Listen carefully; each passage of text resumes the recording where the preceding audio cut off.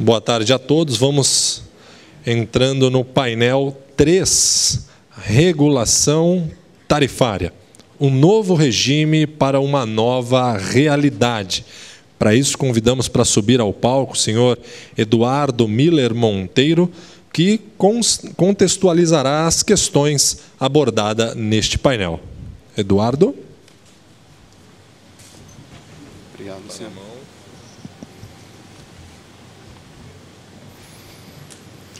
Bom, boa tarde a todos. Tenho que mantê-los bem despertos após o almoço. E acho que o tema vai ajudar, porque ele, de certa forma, combina as visões que a gente tem visto ao longo desses 2 dias de trabalho, ao redor do painel 1, da expansão da geração, e o painel 2, que tratou de arquitetura de mercado. Então, o tema desse nosso painel 3 é regulação tarifária, um novo regime para uma nova realidade. Ele está organizado da seguinte maneira: eu vou apresentar para vocês o chamado termo de referência, que é um documento que foi já previamente distribuído para os keynote speakers, tanto o internacional quanto o nacional, e para os debatedores, para eles começarem a construir suas reflexões. Tenho 20 minutos para fazer isso e entrego o palco, então, para o professor Michael Pollett, da University of Cambridge. Thank you, professor, for coming all the way from the UK. E o professor tem 40 minutos seguidos, então, de 10 minutos de perguntas e respostas, a nossa sessão de Q&A. Um breve coffee break, para todo mundo pensar em todas as ideias que ele está trazendo para a gente, sempre muito provocadoras. O Tiago, então, que está cedendo um espaço mais do que nobre da agenda semanal dele. Para quem está acompanhando a questão do GSF, sabe que ele foi o relator da nota técnica da ANEEL. Agradecimentos aqui mais do que especiais para o Tiago por ter mantido o compromisso dele no meio desse furacão. O Tiago também tem 40 minutos, 10 minutos de Q&A em cima da apresentação do Tiago. E aí, então, a gente já começa no painel de debate, que vai estar sendo composto por 3 profissionais. O primeiro, o professor Francisco Anuati, tive a honra de ser professor dele lá na USP, e 2 profissionais que também estão na fronteira profissional de discussão de regulação tarifária, o Carlos Morosoli e o Fernando Alvarez, da Quantum e da Sigla Sul.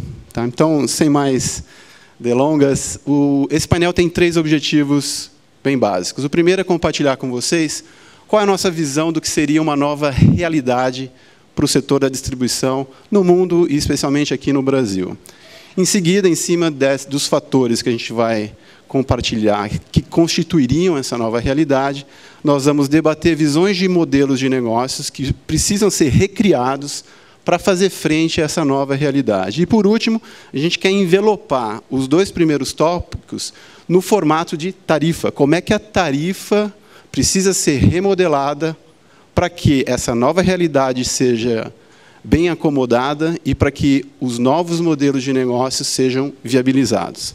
Então, para o primeiro tópico, eu gostaria de organizar a discussão ao redor de 4 grandes fatores que alteram a realidade que a gente tem hoje. Primeiro fator, a gente está aqui caracterizando como um perfil de consumo mais volátil, na falta de uma palavra melhor.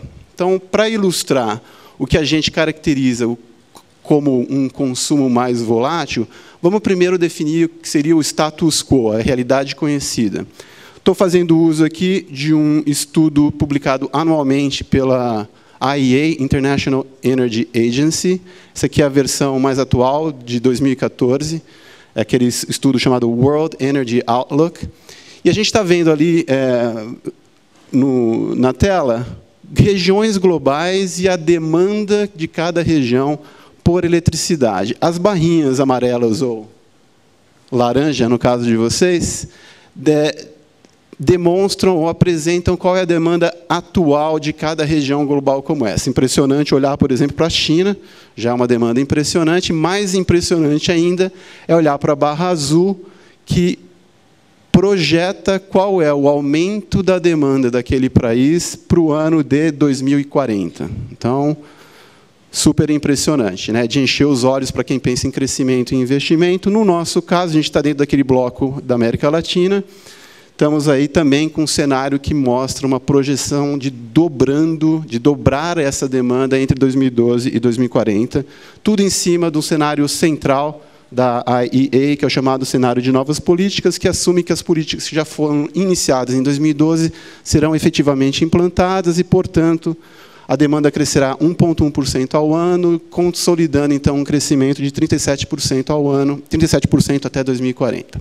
Outra maneira bastante clássica de olhar perspectiva de crescimento é esse gráfico aqui, bem conhecido para os mais veteranos do setor elétrico, e aí sempre vem à memória o perfil de consumo de um americano, norte-americano. Do lado esquerdo, vocês estão vendo, então, os Estados Unidos, com consumo de aproximadamente 12 mil kWh ano, que daria mais ou menos 1.000 kWh mês.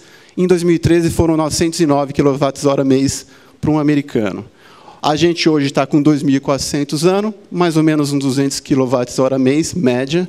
Ou seja, a gente teria uma avenida gigante de crescimento se a gente realmente assumisse que um americano consome mais ou menos 5 vezes o que um brasileiro consome. No entanto, a gente sugere extremo cuidado com esse tipo de projeção. Por quê? Esse terceiro gráfico aqui é um pouco diferente em relação aos eixos e ao indicador que a gente está trazendo. A maneira intuitiva é a seguinte. Vamos olhar, então, para a curva da China, que é essa aqui superior. Ela está mostrando o seguinte. Quanto maior o meu PIB, maior é a minha necessidade de energia, só que o indicador que eu estou trazendo não é mais eletricidade. Aqui é energia primária, ou seja, todas aquelas formas que estão disponíveis na natureza. E aqui a gente está falando, essencialmente, de petróleo, gás, carvão, biomassa e um pouquinho de nuclear. Tá? A intuição diz, PIB cresce, demanda por energia tem que crescer também. No entanto, olha o que já está acontecendo, o que já aconteceu com os Estados Unidos e com a Europa. Eu cresci o PIB e eu já estou vendo uma inflexão dessa curva, dizendo que cuidado com essas projeções, onde crescimento necessariamente exigirá linearmente mais energia. Isso é fundamental para a premissa de sustentabilidade econômica e financeira de uma distribuidora de eletricidade, cuja receita é uma multiplicação de preço versus quantidade de energia. Além disso, entra o segundo fator, que é a alteração que tem sido observada no Brasil da composição tarifária. Uma maneira muito sintética de ter essa visão é essa que está ali no quadro, é um levantamento super recente feito pela Associação dos Distribuidores, que diz o seguinte, de cada R$100 de uma tarifa média, R$56 vão para cobrir geração, transmissão e encargos setoriais. Outros R$30 vão para cobrir impostos estaduais e federais, essencialmente ICMS, PIS e COFINS. Só R$14 ficam para a distribuidora chamada parcela B. Esse número, 14%, 16 anos atrás, era 40%. Então, a gente chama esse do fenômeno de compressão da parcela B, e logo à direita vem aquela pergunta crítica. Será que esse regime de repasse automático de parcela A via distribuidora já chegou no seu limite, o chamado pass-through? A pergunta é muito importante porque, pro curto prazo, todo mundo viu a pressão sobre o caixa das distribuidoras em 2013 e 2014. Os tranches de empréstimos necessários foram para cobrir esse tipo de alteração de composição tarifária. Pior ainda, estruturalmente, olhando para o futuro, as distribuidoras estão crescentemente assumindo riscos para o seu caixa sem nenhum bônus para esse tipo de ônus que ela tem que tocar no seu dia a dia. Uma maneira mais eloquente ainda de ver como é que eu estou assumindo riscos enormes da parcela A sem nenhuma compensação por essa gestão é esse levantamento que a gente terminou em março, lá em 2015, trabalho bacana que o Richard liderou, olhando para todas as distribuidoras, baseado inclusive nas notas técnicas da ANEEL e em documentos da CCE, a gente está projetando para 2015 um aumento de quase 50% da tarifa, sendo que desses 50%, ou 49,6%, 16,3% são devidos ao efeito das bandeiras, que são um sinal econômico importante para o consumidor perceber que, efetivamente, o custo de geração está aumentando. Outros 23%, os efeitos das revisões tarifárias extraordinárias que procuram reequilibrar o equilíbrio econômico-financeiro rompido após os efeitos da MP 579 de setembro de 2012. Só 10% daqueles 50% estão naquelas condições normais de temperatura e pressão previstas nos contratos de concessão, olhando, então, para reajustes tarifários anuais. Incorporo IGPM e desconto disso o fator X. Tá? Parece, então, que esse segundo fator modifica a realidade atual e algo precisa ser feito. Outro fator muito importante que já está sendo, e foi muito mapeado no painel 1 e no painel 2, é a chamada inserção da geração distribuída. Quem estuda geração distribuída, quem se anima com ela, sabe dos seus benefícios. Estão todos ali mapeados até em categorias de benefícios. Aumento de confiabilidade e de segurança, benefícios econômicos, hoje no Brasil, muito devido à diminuição de perdas, adiamento ou diminuição de investimentos ao longo da cadeia de GTD, diminuição de emissões do lado ambiental e até quando a gente vai para o laboratório, coisas muito interessantes como redução de flickering e redução de distorções harmônicas. Ótimo, é por causa exatamente desses benefícios que a gente vê nas projeções mais ousadas um quadro que leva uma penetração de solar e eólica com menos de 1% no ano de 2011, indo para 9% no ano de 2035. No entanto, quem está observando a maneira como essa inserção está acontecendo, tem opinião. E a gente, então, para não ficar só na nossa opinião, buscou esse estudo do MIT. Ele foi publicado em 2011. O Luiz Augusto foi um dos primeiros que apontou para a gente a existência desse estudo aí. E o que eles estão dizendo? Falam, olha, um dos maiores desafios que serão enfrentados pelas redes elétricas é a necessidade de incorporar essas renováveis intermitentes, que serão predominantemente eólica e solar. Qual é o problema que isso gera do lado da distribuição? É que essa energia varia no tempo, e aí eu gosto muito da expressão, é perfeitamente imprevisível. Ou seja, nem adianta tentar, porque vai ser imprevisível. Por causa disso, eu gero um problemão para o operador, que tem que ficar instantaneamente combinando o que é gerado com o que é consumido, e numa segunda derivada para o planejador, que não sabe, afinal, qual é a rede que eu tenho que projetar no futuro para balancear estruturalmente as minhas redes. Indo, então, para o quarto fator que gera uma nova realidade para o mundo da distribuição, a gente separou aqui, para novas tecnologias, duas grandes plataformas ou fenômenos. O primeiro deles é Smart Grid, redes inteligentes, com todo o seu charme. A gente dá um curso de Smart Grid lá no Instituto, a gente adora o tema. Os benefícios são muito bem mapeados, né? O controle de sistemas em tempo real, gerenciamento de demanda, e exatamente pelo fato de eu implementar de uma maneira exitosa sensores, atuadores e controladores em tempo real, eu transformo aquele sonho antigo de modelos tarifários mais arrojados em realidade. Eu consigo, finalmente, implementar tarifas inteligentes. No entanto, por causa do fenômeno introduzido por redes elétricas, que adiciona uma complexidade muito ampla, que é o fato de eu ter não mais um consumidor que apenas se conecta à rede e absorve elétrons, e passar a ter um consumidor que também passa a injetar elétron na rede, eu passo a ter esse fluxo bidirecional, que, numa segunda derivada, altera a lógica da relação entre quem gera e quem consome, e, numa terceira derivada, força eu pensar em novos modelos para distribuição por causa dessa nova relação entre geração e consumo. Segunda plataforma tecnológica que a gente mapeia como de alto impacto é o carro elétrico. No mercado, desde 2008, a Tesla vem liderando os esforços mais arrojados. Só que a gente tem que lembrar que, na prática, o carro elétrico vai gerar o chamado efeito bateria. O cenário é bem simples, eu compro meu carro elétrico, à noite eu estaciono o carro na minha garagem, plugo, como aquela senhora está fazendo, o carro na minha rede, e, a partir desse momento, começo a carregar a bateria do meu carro. Amanhã, eu poderei, dependendo da implementação tecnológica e tarifária, escolher, eu vou suprir o consumo da minha residência pela rede, da concessionária de distribuição, ou pela bateria.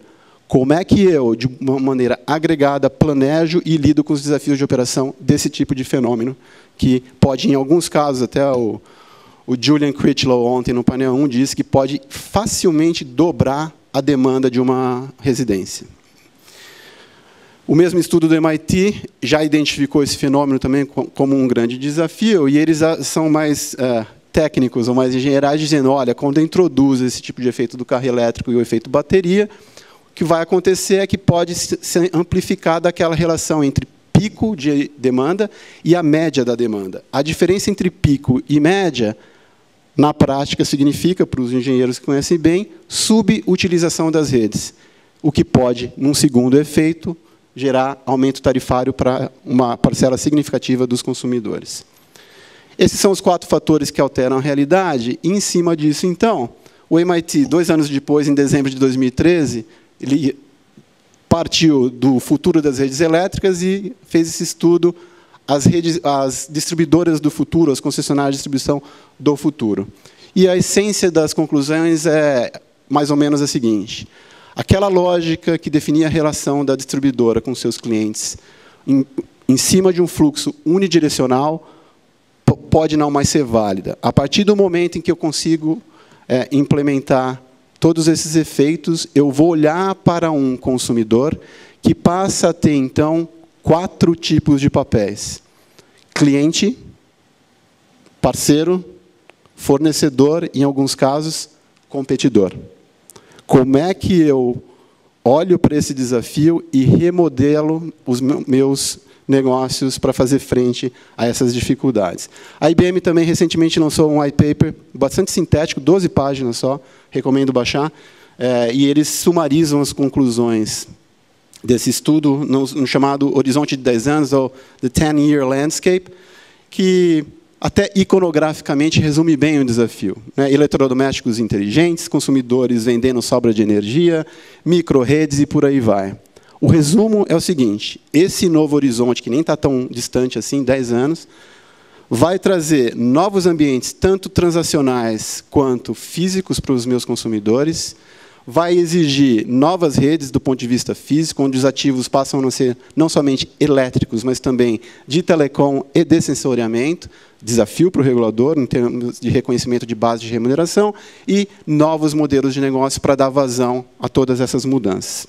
Isto dito, se a gente quisesse fazer uma comparação entre hoje e futuro para o modelo de negócio da distribuição, talvez essa tabela aqui ajude. Então, do lado esquerdo, a gente está vendo, então, um modelo atual no Brasil para distribuição, onde a geração é predominantemente centralizada, migrando, será, num futuro, para uma inserção crescente de GD, em qual proporção e com qual velocidade. De novo, as distribuidoras hoje, no nosso modelo legal e regulatório, são as responsáveis para fazer a previsão de demanda, que então modela todos os parâmetros para os leilões regulados pelo governo. O ônus e o bônus dessa responsabilidade estão ficando muito desproporcionais, os ônus e o bônus completamente desacoplados. Será que está na hora de alguém assumir essa função? E a gente sabe muito bem quem deveria ser. O fluxo energético, que era unidirecional, obviamente se torna bidirecional, a base de ativos migrando de elétrico para elétrico, de telecom, de sensoriamento. E, por último, que vai ser aqui o centro da nossa discussão, de que forma a regulação tarifária, que hoje está dando conta do recado, baseada em regulação por preço teto, Price Cap Regulation, vai se comportar nesse novo cenário? Será que está na hora de a gente começar a vislumbrar uma inserção cuidadosa de revenue cap, ou de regulação por receita teto? Com base nisso, então, a gente está querendo construir esse contexto para os trabalhos desse painel. Esse contexto e o próprio desafio pode ser resumido naquela pergunta que está colocada ali no topo da tela em vermelho: como é que eu acomodo a minha regulação por incentivos? Definitivamente, espero que ninguém queira voltar para o modelo de regulação por custos, né? Mas num cenário onde eu tenho 3 grandes desafios e parâmetros limitadores. O primeiro deles é o seguinte: o meu consumo cada vez mais instável, mais imprevisível e, em alguns cenários, até decrescente. Em segundo lugar, como é que eu manejo principalmente os blocos ligados à base de remuneração regulatória, onde esses ativos não somente mais são elétricos e, pior de tudo, eles têm que acontecer, o investimento tem que acontecer e nem sempre esses ativos serão voltados a aumento de demanda e ou consumo. E, por último, como é que eu acomodo a nova regulação tarifária com o consumidor, que é mais interativo e assumindo múltiplos papéis como consumidor, como fornecedor de energia, como competidor da distribuidora e, em alguns dos casos, até como parceiro da distribuidora. Então, essa era a provocação e reflexão que a gente queria fazer nesse início de painel. A gente vai voltar para essas perguntas aqui na sessão de debates. Então, dito isto, Luciano.